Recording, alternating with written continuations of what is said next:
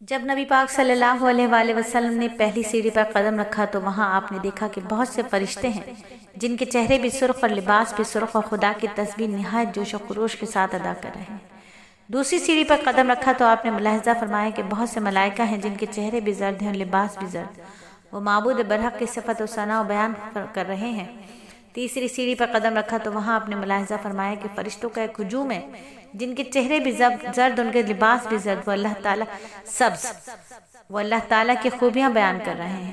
چوتھی سیڑھی پر قدم رکھا تو وہاں آپ نے ملاحظہ فرمایا کہ بہت سے ملائکہ بہت کثرت سے موجود ہیں جن کے چہرے سفید براق کی مانند ہیں، شیشے کی طرح چمکتے، ان کے لباس بھی شیشے کی طرح درخشاں ہیں، جن کی زبان پر میرے نبی کے متعلق کے الفاظ ہیں: بلایا ہے مولا نے جلدی چلو، بلایا ہے آقا نے جلدی چلو۔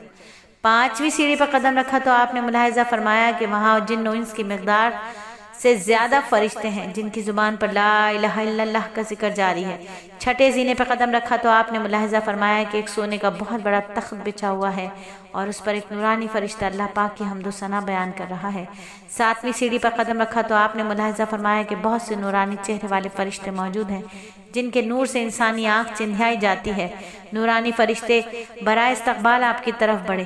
کتنا ذی رفعت تھا زینے کا جلوس، کتنا ذی عزت تھا زینے کا جلوس، ہر قدم پہ تھا عجب نوری سما، سامنے آپ کے تھے کون و مکاں، دیکھی زینے کی بہار پرفضا، یہ تو ایک سیڑھی ہے پہلی اے فتح،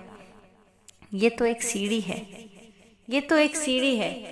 آگے تو جلوے ہیں جنت کے، آگے تو اللہ کا دیدار ہے، حضوری ہے، عاشق و معشوق کا ملن ہے، محبوب سے محبت کا ملن ہے، میرے اللہ کے محبوب اللہ سے ملاقات کو چلے ہیں، سدرۃ المنتہا کی طرف چلے ہیں، بلندیوں کی عظمتوں کو پانے چلے ہیں۔